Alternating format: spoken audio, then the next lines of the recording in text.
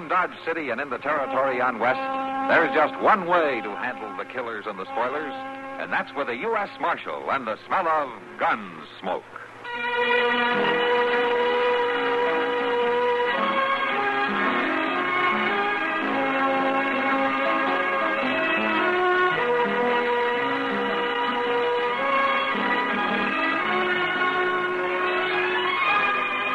Gunsmoke, starring William Conrad, the story of the violence that moved west with young America, and the story of a man who moved with it. I'm that man, Matt Dillon, United States Marshal. The first man they look for and the last they want to meet. It's a chancy job, and it makes a man watchful and a little lonely.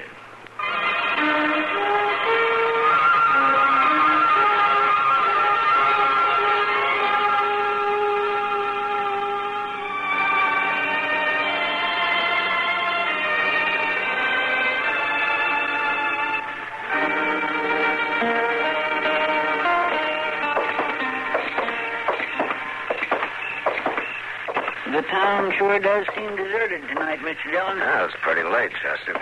Well, it won't be like this much longer. End of the month, the trail herds will start rolling in, and there won't be no peace around here for fall. You're a hard man to please. Well, I ain't complaining. It'd be kind of nice to have some life and excitement. How are you, Marshal?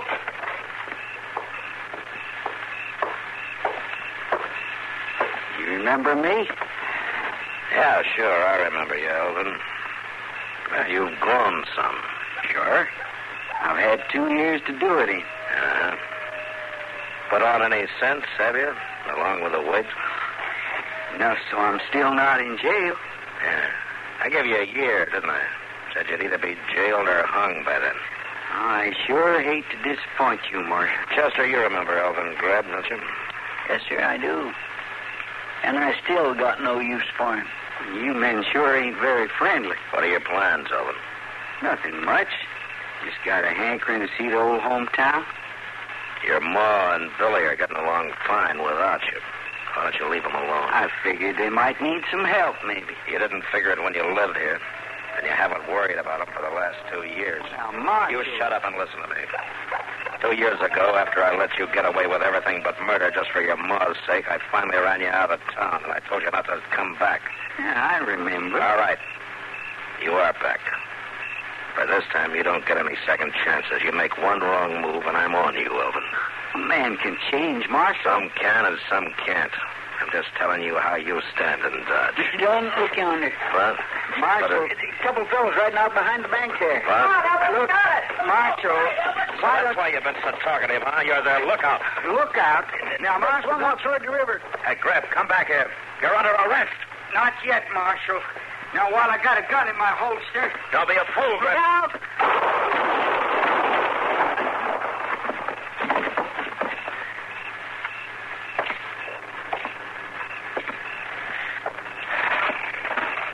Ellie's dead, Chester. You gonna go after him, Mr. Dillon? No, it's too dark now. We couldn't track him tonight. Matt! That you, Matt? Yeah, over here, Doc. What happened, Matt? Take over, will you, Doc? Sure. Let's see. What? Why, it's young Elvin Grebb. Yeah. Oh, I didn't even know he was around this part of the country. Ellie's come home now, Doc. To stay.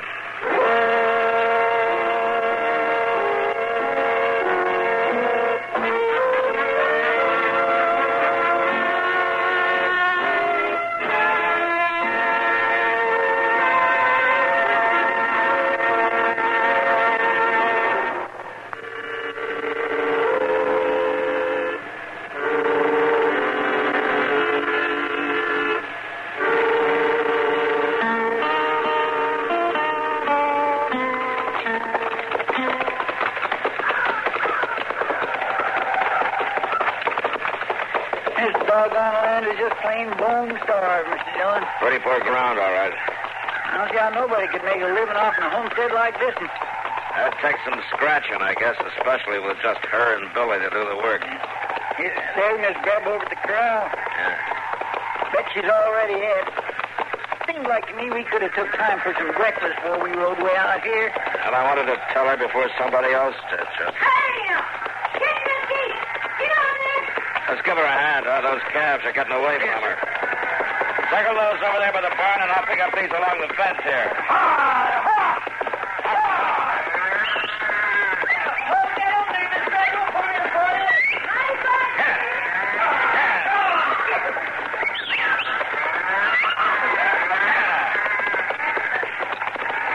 That's good enough, Chester. The rest of them will follow. Yes, sir. Jean, you get the gate closed. That closed. Them dogs and calves enough to drive a body clean out of the mind. There. Much obliged to you, Marshal. Chester? That's no trouble, man. Well, come on up the house, Marshal. I'll set on a pot of coffee. Oh, thank you. Why didn't you get Billy out here to give you a hand? Billy? Then he ain't the reason you're here? Why should he be? I'm worried sick, Marshal. He acted real funny all day yesterday.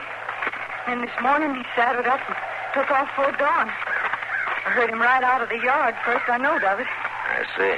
I don't know where he went, what he's up to. He acted mighty strange-like last night. He wouldn't look me in the eye. That ain't like him, Marshal. Really ain't like Elvin. Pray Lord he don't never get like him. Elvin came back yesterday, Miss Grebb. What? He was around town last night. Then Billy seen him. That's why he was acting the way he was. Yeah, maybe. I hoped he'd never come back. Even if he is my own son. He'll work on Billy now. He'll get him started down the same road he's on. Miss Grebb. Elvin's dead.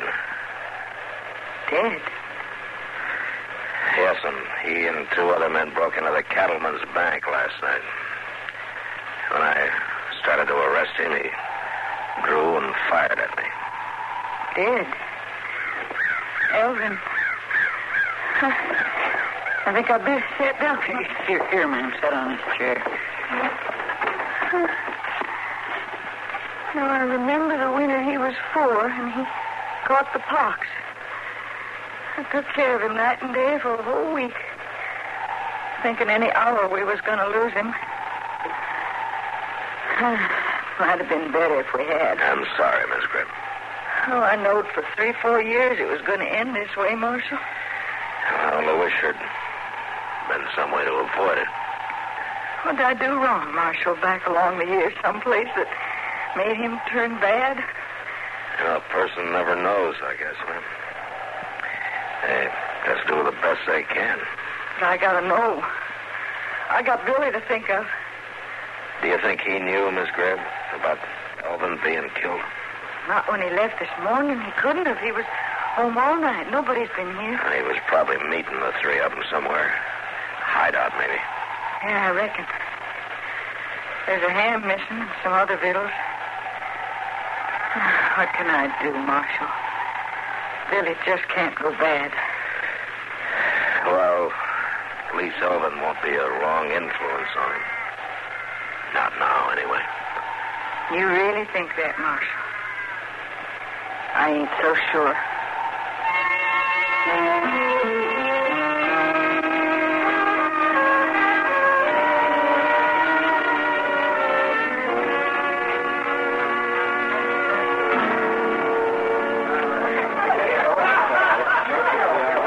Must be a terrible feeling, Matt. What are you talking about, Kitty? Two men who got away last night, not knowing who they are or where they are. Or when they'll step out from behind a building and try to shoot you in the back. They don't have much reason to do that. You killed Elvin Grebb. He was in with him. Revenge is a reason.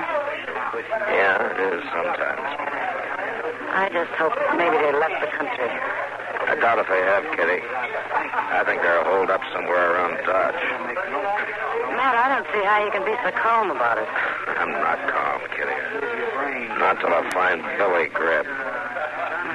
If you find him, you'll find them all. Well, I hope so. But you know he's joined up with them. Yeah, you're probably right. Mr. Dillon? Here you are. What's the matter, Chester? Billy Grebb. Did he come in here just now? No. I'd have swore I just seen him out in the street. Some kid that sure looked like him anyhow, and he was heading right in here. Behind Chester.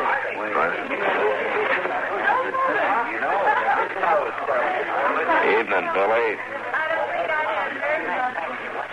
You dirty, rotten killer. Your brother chose, Billy. I didn't. He knew what he was up against. Now, you better put that gun away. Sure I will. After I've emptied it in you. Oh? Billy, I'll give a kid more chances than I would a man, but not enough to get myself killed. Now, you hand over that gun. Stay back, Marshal. I ain't fooling. Did the gang give you the gun? Did they send you in to do their dirty work for them? Stop. Don't come no closer. I'm not putting up with any more foolishness, Billy. Now, you give me that gun before I throw you over my knee and take the flat of my hand to you. No. I said hand that over. No. Thanks. I'll kill you. So help me, I'll kill you. Chester. Yes, sir. Take him over and lock him up. Right, sir. Come on now, Billy. You'll kill him. You wait and see. I'll get him till I think I'll do you. You took a big chance, Matt. A crazy kid like that's worse than a gunfighter. Yeah, I know, Kitty. And I can't keep him in jail forever.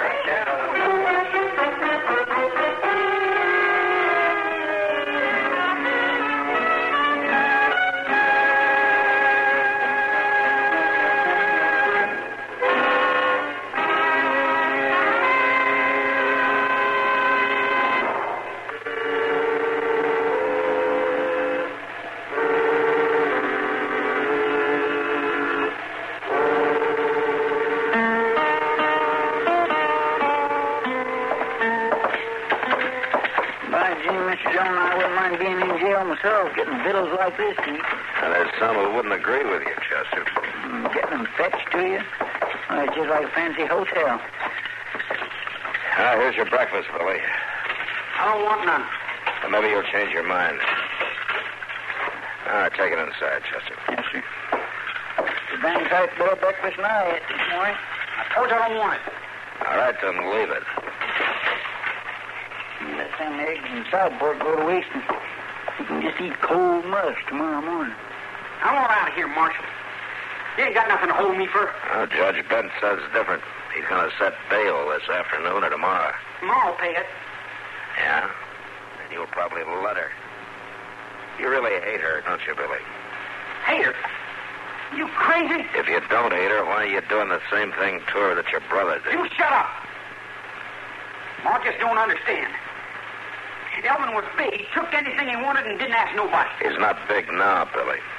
No bigger than the rest of them out there on Boot Hill. You're going to pay for that, Marshal. If they don't get you, I will. They? Who's they, Billy? You'd like to know, wouldn't you? They're a pair of sneaking, thieving rats, the same as Elvin was. You don't owe them anything. Now, where are they? Matt! You in there? Yeah, I'll be right out, Doc. You better think it over, Billy. You think it over, Marshal. Maybe you won't call him rats when one of us guns you for killing my brother. He's pretty head up, ain't he? Yeah. Come on in, Doc. Oh, Matt, you still got the Grebb boy here? We just took him his breakfast. Oh, good. I figured maybe you'd want to know about his ma. No, what about her? It was that herd of yearling calves she's got out there. Seems that she was trying to work them by herself, and they knocked her down and trampled her. Was she hurt bad? Well, she'd be laid up in bed a week or so. She looks worse off than she is, where you'd think the Indians had caught her maybe and beat her to a pulp. Well, my trouble never comes single once it starts. Wait a minute, Doc. Wait a minute. Huh? Wait a minute. Yeah, that might work. If she'll go along with it, it just might work.